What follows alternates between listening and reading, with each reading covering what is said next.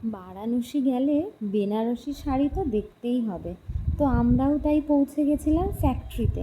ওখানে প্রচুর ফ্যাক্টরি আছে যেখানে শাড়ি তৈরি হয়, সেখানেই আমরা পৌঁছে গেছিলাম। দেখো কত সুন্দর সুন্দর শাড়ি ছিল, খুব সুন্দর কালেকশান।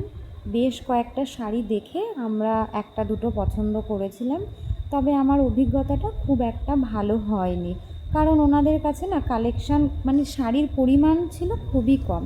তো যাই হোক, তার মধ্যেই কোয়ালিটি ভালো দেখে বেছে প্রচুর দরদাম করে নিতে হয়েছিল। রিক্সাতে চেপেছি আমরা, সামনে তিনজন, পেছনে আমাদের পুচকুগুলো হচ্ছে না তো হচ্ছে। হচ্ছে।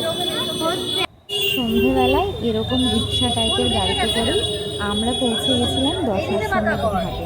কারণ ঘাট পর্যন্ত তো গাড়ি যায় না, আর কিছুটা রাস্তা একটু উঁচু, রিক্সা নিয়ে যেতে ওনার কষ্ট হবে, সেই কারণে জিজু এবং সাথে যে ছেলে মানুষগুলো ছিল ওনারা কিন্তু পেছন থেকে ধাক্কাও দিয়েছিলেন। বারাণসীর একটা জিনিস খুবই বাজে লেগেছে, যে এত ফেমাস একটা জায়গা, এত লোকের আনাগোনা, সেই তুলনায় ট্রাফিক পুলিশ একেবারেই ছিলেন না। জানি না কারণ কি, তবে এই কারণে রাস্তায় প্রচণ্ড জ্যামও পড়ে গেছিলো, ভীষণ ভিড় হয়ে গেছিলো, শারীরিক ক্লান্তি হচ্ছিল সবারই।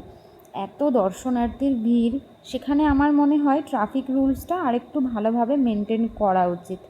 যাই হোক, আমরা ভিড় ঠেলে এগিয়ে গেছিলাম ঘাটের দিকে। আর বারাণসী যাওয়ার সময় গিয়ে থেকেই দুপাশের এত পুরনো পুরনো বিল্ডিং দেখে না মনটা খুব ভালো হয়ে যাচ্ছিল। আমি লিস্ট করে খাবারের দোকানের নাম লিখে নিয়ে গেছিলাম।